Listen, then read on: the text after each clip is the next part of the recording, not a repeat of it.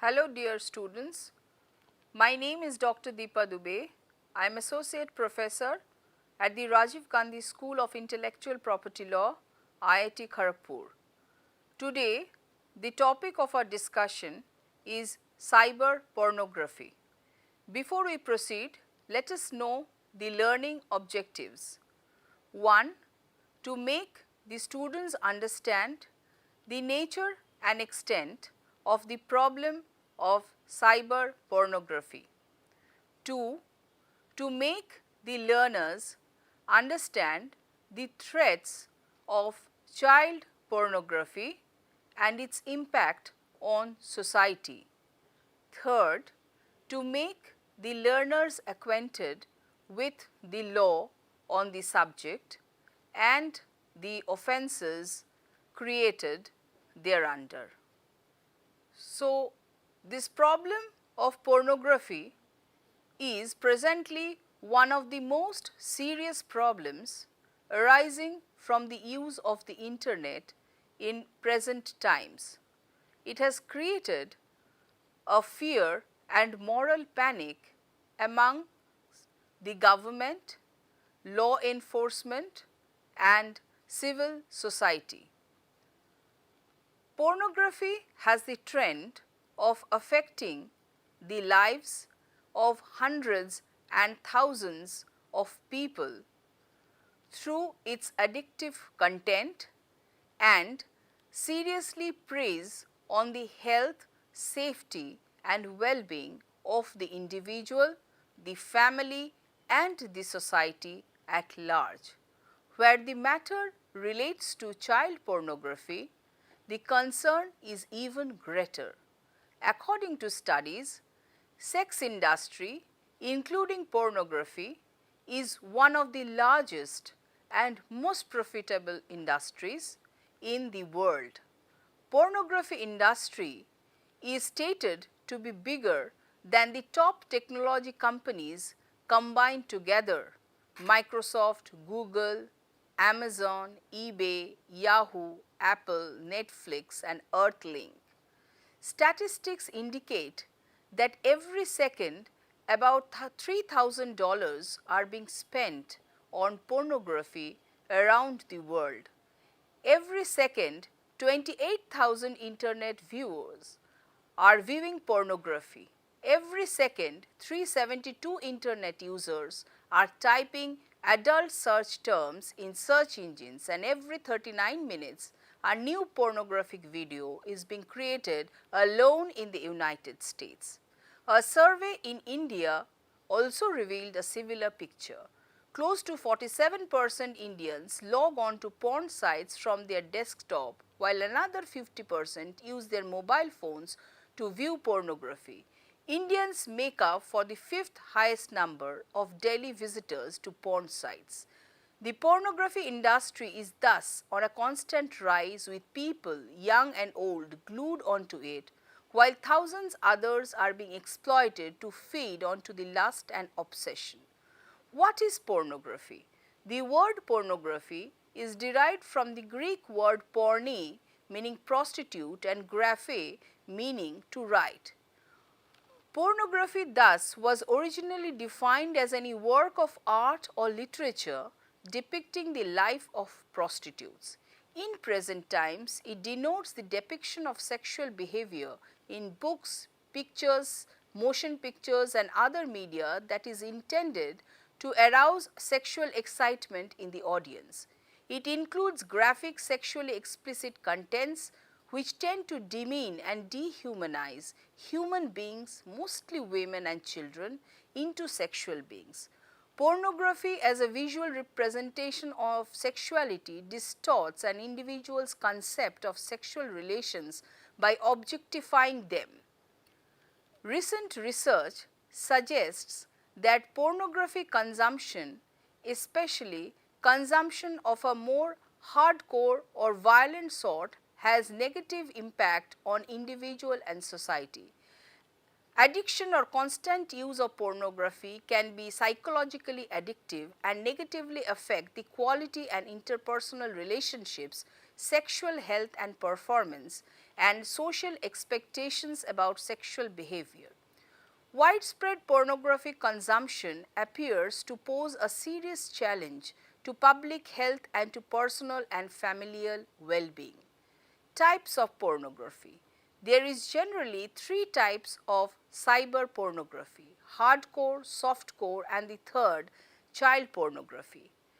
Hardcore pornography refers to still photography and or video footage of explicit sexual acts which include vaginal or anal penetration, cunnilingus, fellatio and ejaculation and or extreme fetish acts.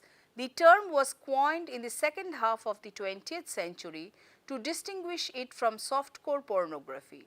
It usually takes the form of photographs often displayed in magazines or in internet or films.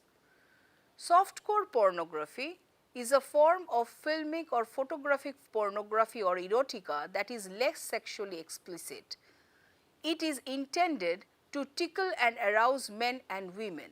This pornography depicts nude and semi-nude performers engaging in casual social nudity or non-graphic representations of sexual intercourse or masturbation. In most cases, the sexual acts depicted in this pornography are entirely simulated and the actors and actresses do not actually indulge in the act. Child pornography involves photographs and films of children that are sexually explicit. Sexually explicit conduct may include sexual intercourse, bestiality, masturbation and exhibition of the genitals, etc. It can also be defined as the visual depiction of minor children under the age of 18 in various sexual acts. Child pornography is banned all over the world. What is the extent and impact of child pornography? It is one of the most despicable forms of child exploitation or crimes against children. It is different from other crimes because as it happens, it involves a crime being committed. The children in the pictures are subjected to horrific sexual acts including beating, burning and other forms of sexual depravities. Every pornographic picture of a child involves a suffering. Commercial child pornography industry is a multi-million-dollar industry infiltrated and operated by elements of organized crime and by a nationwide network of individuals openly advertising their desire to exploit children. It is estimated that tens of thousands of children under the age of 18 are filmed and photographed while engaging in sexually explicit acts. The effects of child pornography on the victims are gruesome. Because children are sexually abused in the creation of the pornographic images, they incur physical injuries such as genital bruising, cuts, lacerations and sexually transmitted diseases. The children may suffer psychological injuries including depression, anger, withdrawal, low self-esteem and feelings of worthlessness. These feelings may be expressed in flashbacks, nightmares and other indications of post-traumatic stress syndrome. They often engage in self-destructive behavior including substance abuse, prostitution, depression and suicide. When the pornographic images are viewed by others, the children depicted are victimized once again. The mere knowledge that the images exist and are being circulated causes shame, humiliation and powerlessness. This victimization lasts forever since the pictures can resurface anytime and this circulation has grown exponentially because of the internet. Today, the internet enables the speedy, efficient and anonymous distribution of child pornography on a global scale.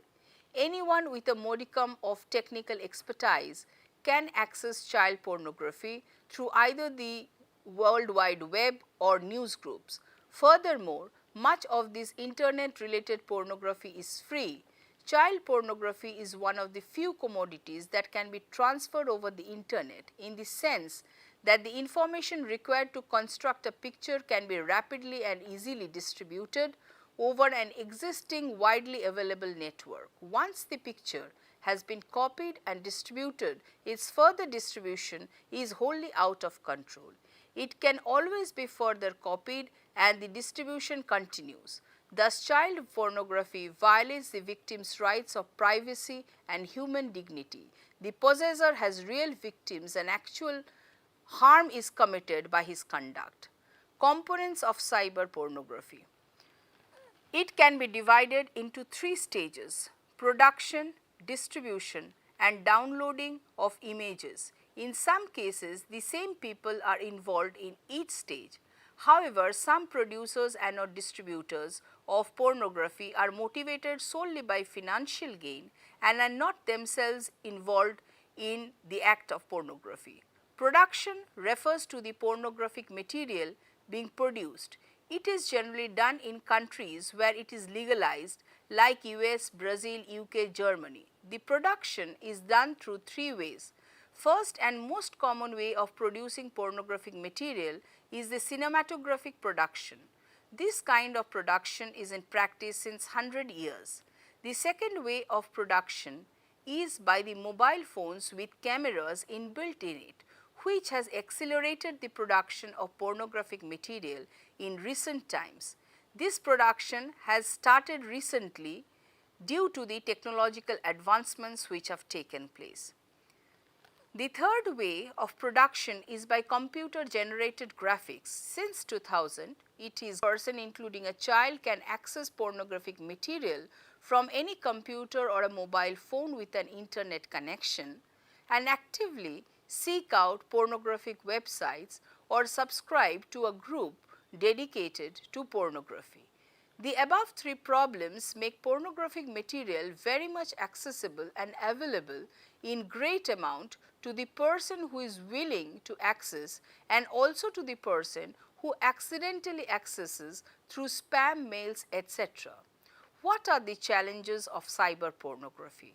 The opening of the internet has opened up new vistas of learning, information, products and services to the people without any geographical barriers.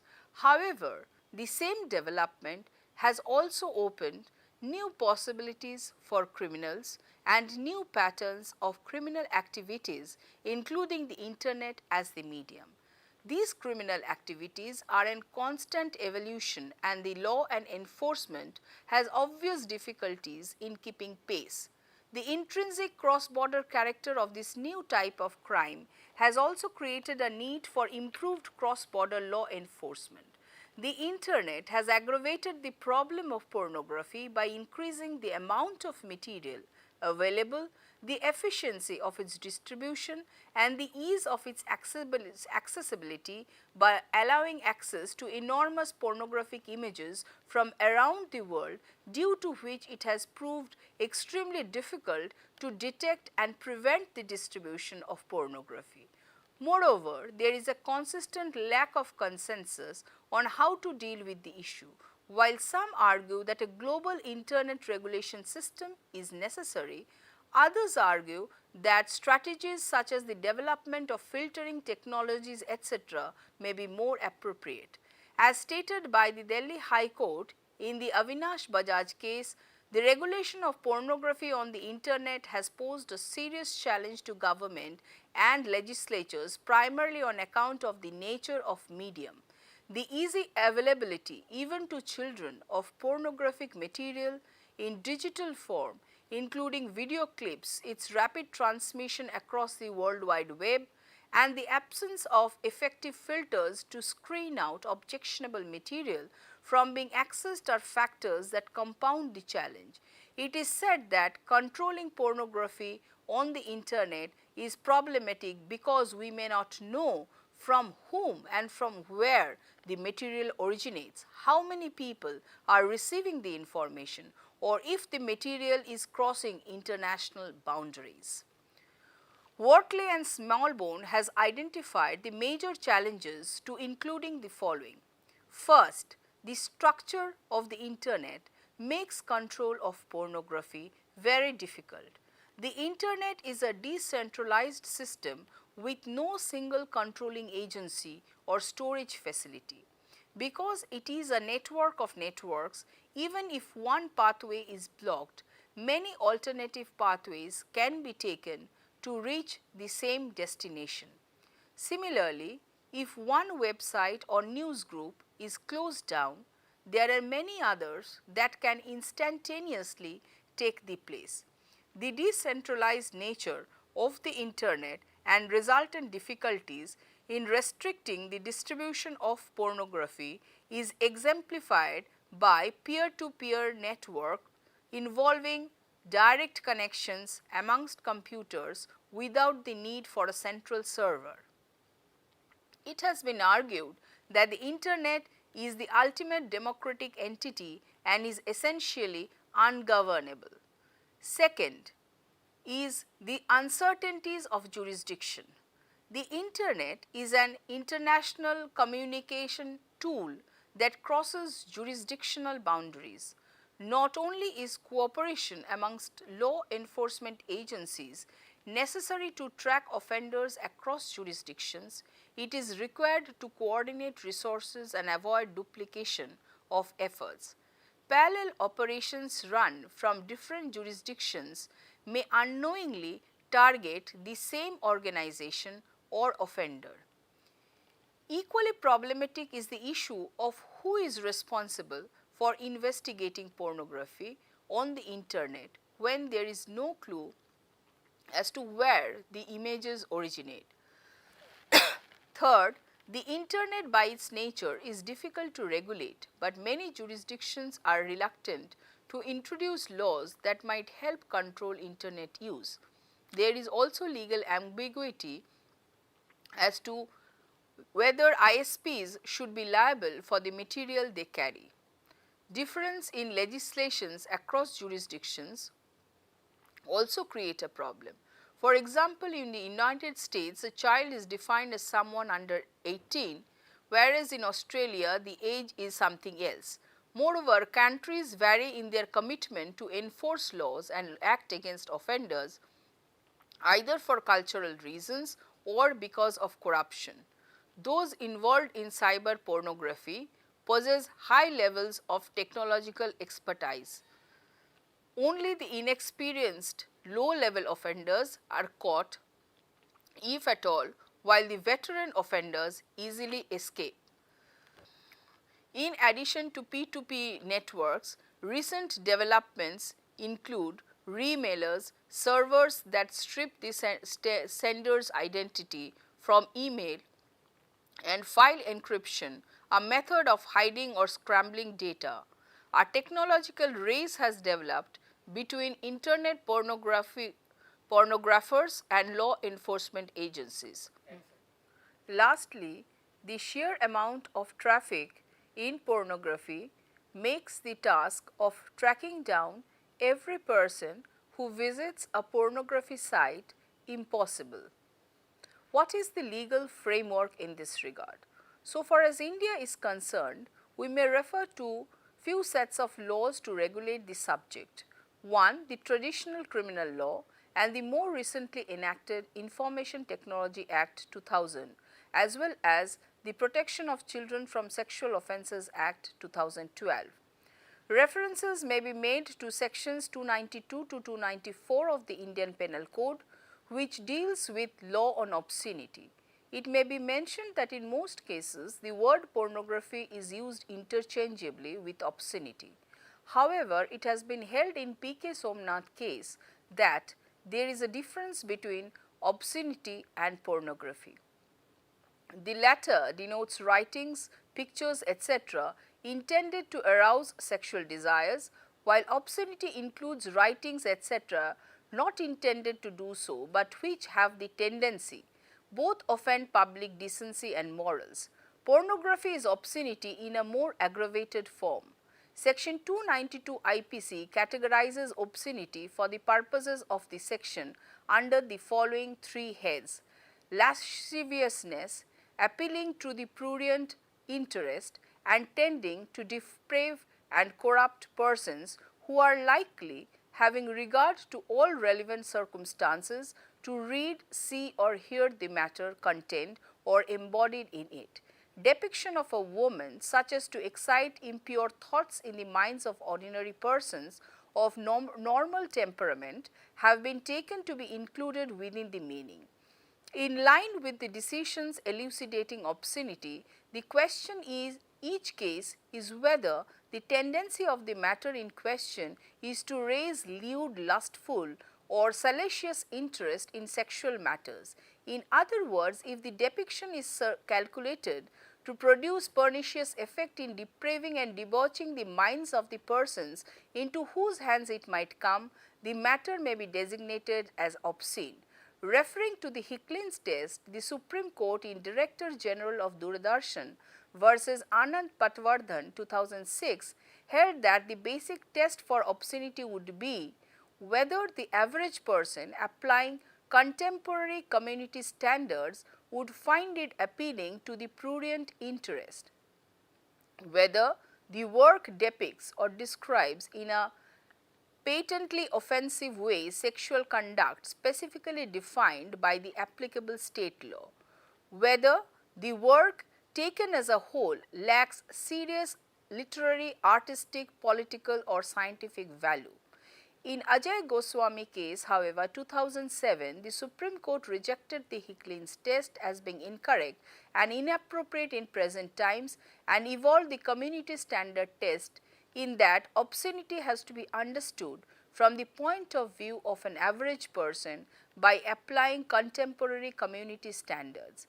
In 2000, the Information Technology Act was enacted that specifically addresses the question of obscenity on the net.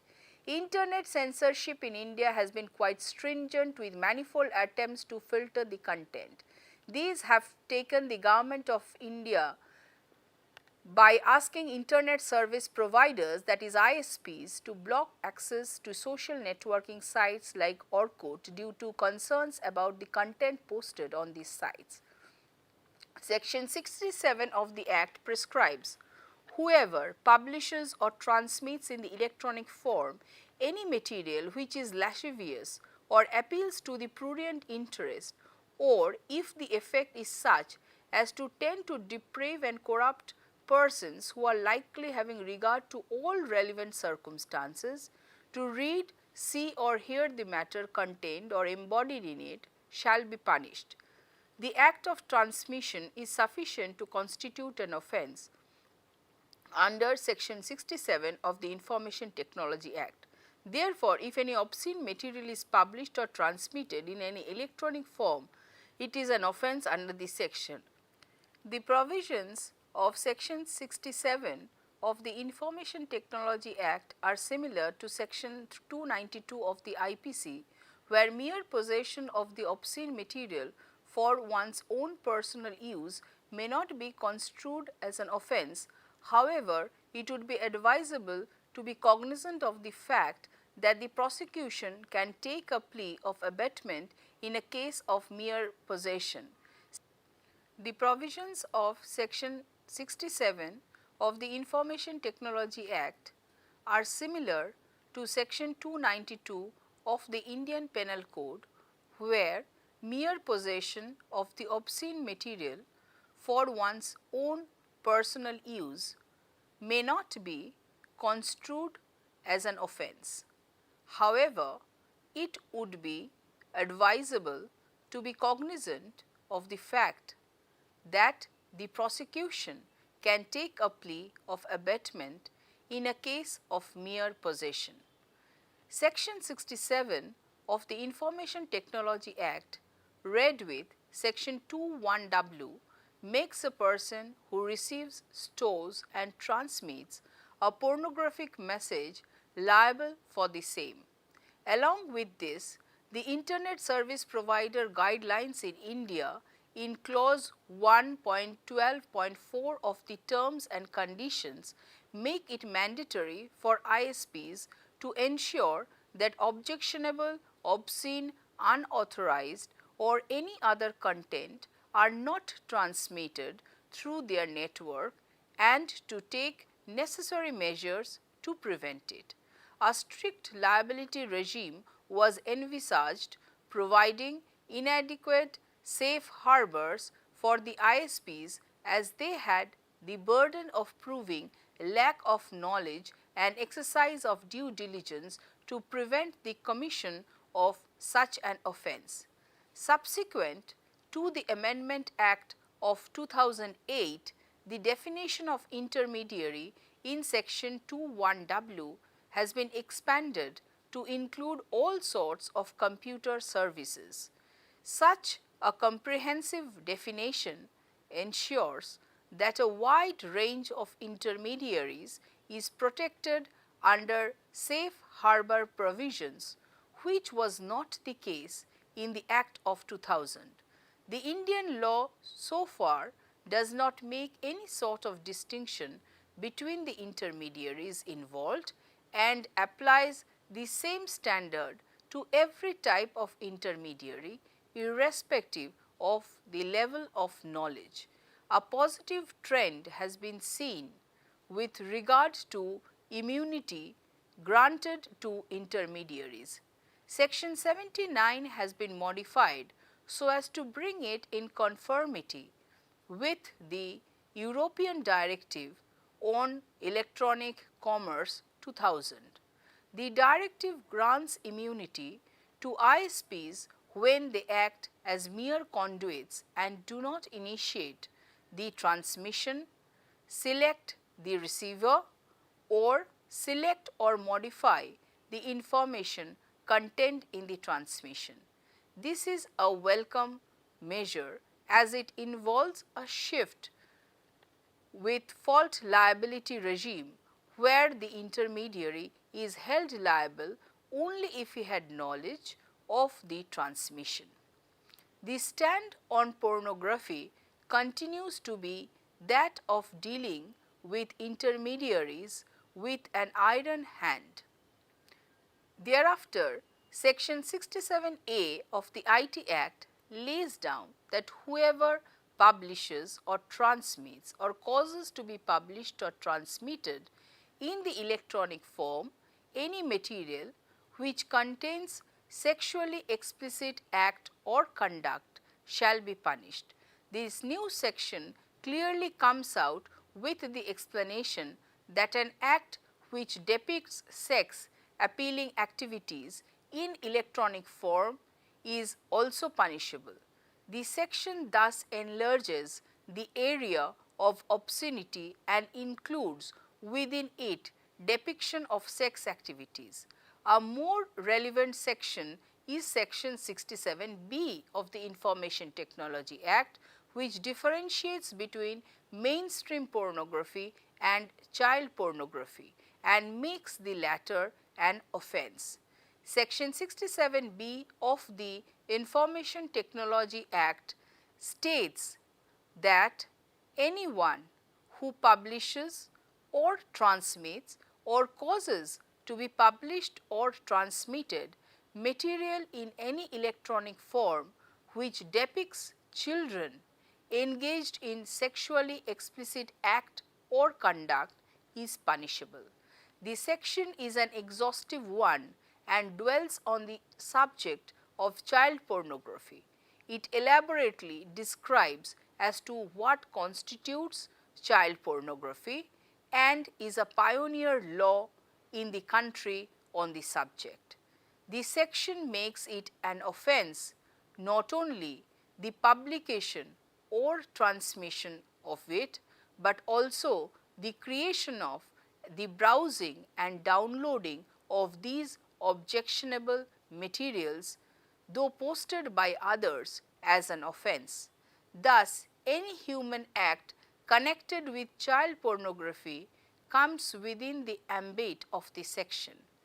It provides grave corporal punishment up to 5 years in first conviction and after 7 years in second conviction, and also imposes on him a pecuniary punishment.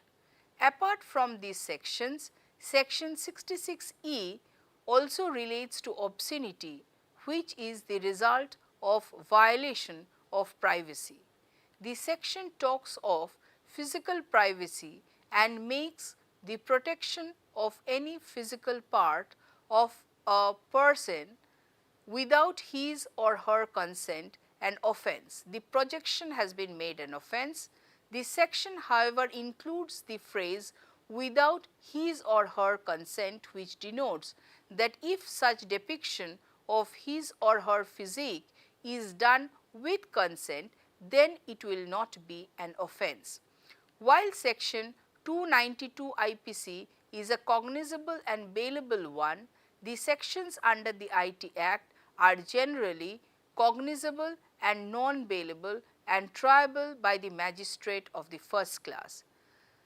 The POCSO Act 2012 is a comprehensive law to provide for the protection of children from offences of sexual assault, sexual harassment and pornography, while safeguarding the interests of the child at every stage of the judicial process by incorporating child-friendly mechanisms for reporting, recording of evidence, investigation and speedy trial of offences through designated courts.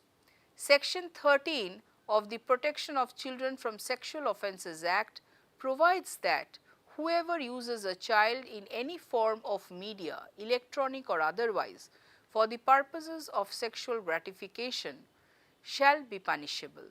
Such offence is made out whether or not such use was intended for personal use or distribution.